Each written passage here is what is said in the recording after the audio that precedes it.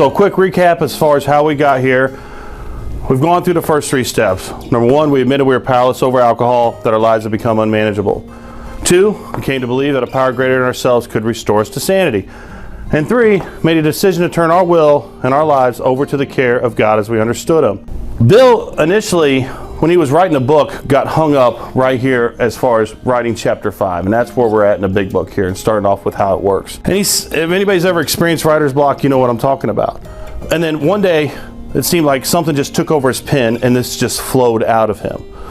And it's almost like God took over and wrote this for him. Now, what we have in the big book today is almost word for word what he wrote initially, but there are some key changes. We're going to discuss that in a little bit. The recap: we admitted, came to believe, made a decision to turn our will and our lives over to the care of God as we understood Him.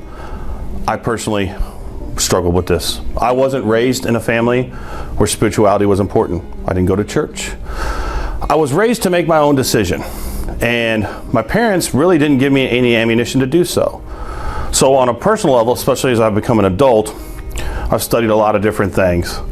But in the back of your book, in the appendix, you'll find this quote by Herbert Spencer, which reads, "There is a principle which is a bar against all information, which is proof against all arguments, and which cannot fail to keep a man in everlasting ignorance. That principle is contempt prior to investigation." Specifically, what they were talking about is the spirituality side of this program and putting this into the big book.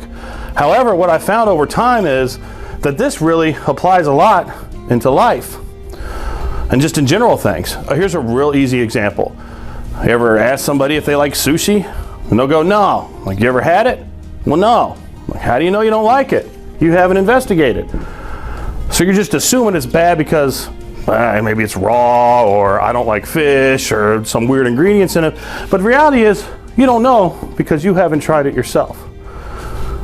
So this is going to lead us into finding that higher power, listening to that higher power, and what's going to move forward with these steps. How it works. Rarely have we seen a person fail who has thoroughly followed our path. Those who do not recover are people who cannot or will not completely give themselves to this simple program. Simple. We know those unfortunates, they're constitutionally capable of being honest with themselves. Our stories disclose in a general way what we used to be like, what happened, and what we are like now. If you decided what we have, not you, not I, we, and are willing to go to any length to get it, then you're ready to take certain steps. At some of these, we balked. We thought we could find an easier, softer way. Why is that? Because our alcoholic minds wants to give us the shortcut to everything. I got this, it's okay. I know what I'm doing now. I'm just going to work 1, 2, 3, and 12. No, that's not how this works. With all earnestness at our command, we beg you to be fearless and thorough from the very start. Some of us tried to hold on to our old ideas, and the result was nil until we let go absolutely. All right, folks. Remember, we deal with alcohol. Cunning, baffling, powerful. And I've heard it said many times in meetings after this, and patient. That guy will wait forever to come up and present itself. But there is one who has all the power to help us overcome that. Who is that one? So now that you've found your higher power, let's talk about that specifically and within yourself as the individual. I want you to answer these questions internally. What does your higher power look like to you?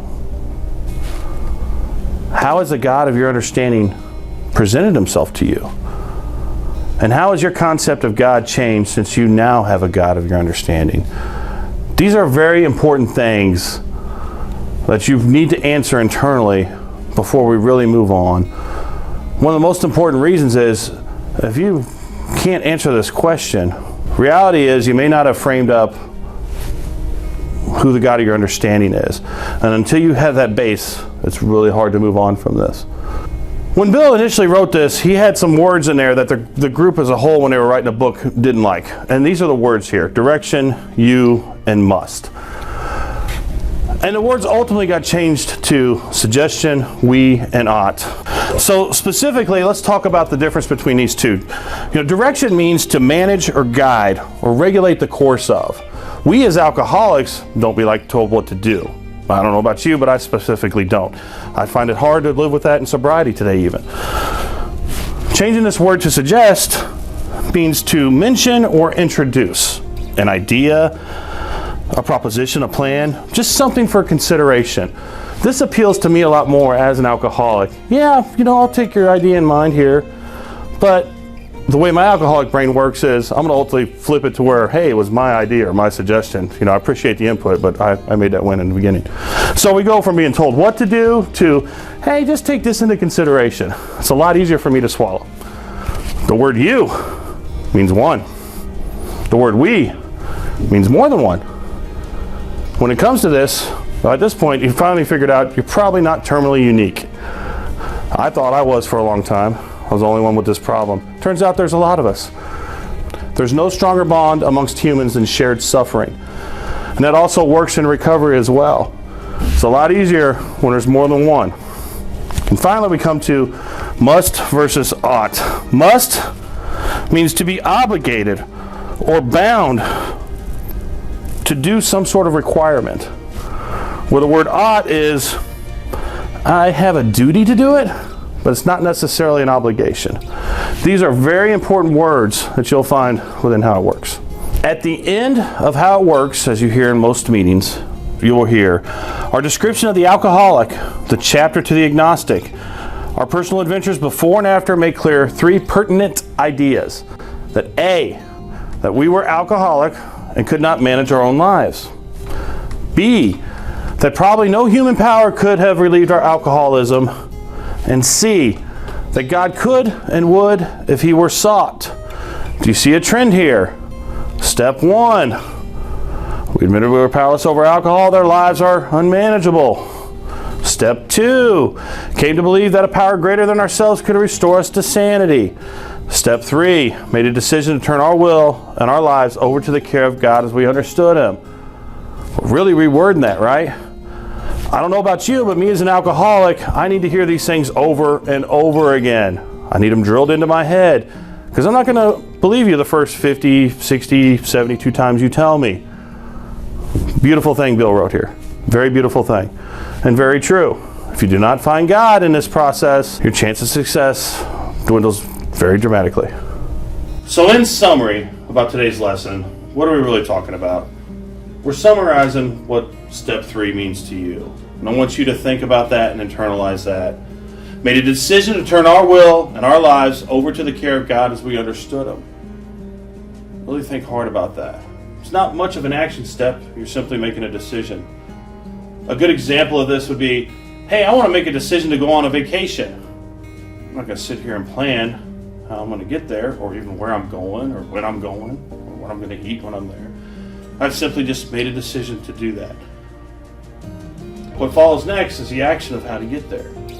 If we have come to believe in a power greater than ourselves, how would I or we allow God to direct our thinking and our actions? And this is what we're going to learn moving forward here with this program. In conclusion, what does step 3 mean to you? And now that you have come to believe in God of your understanding, how are we going to utilize that to direct our thinking?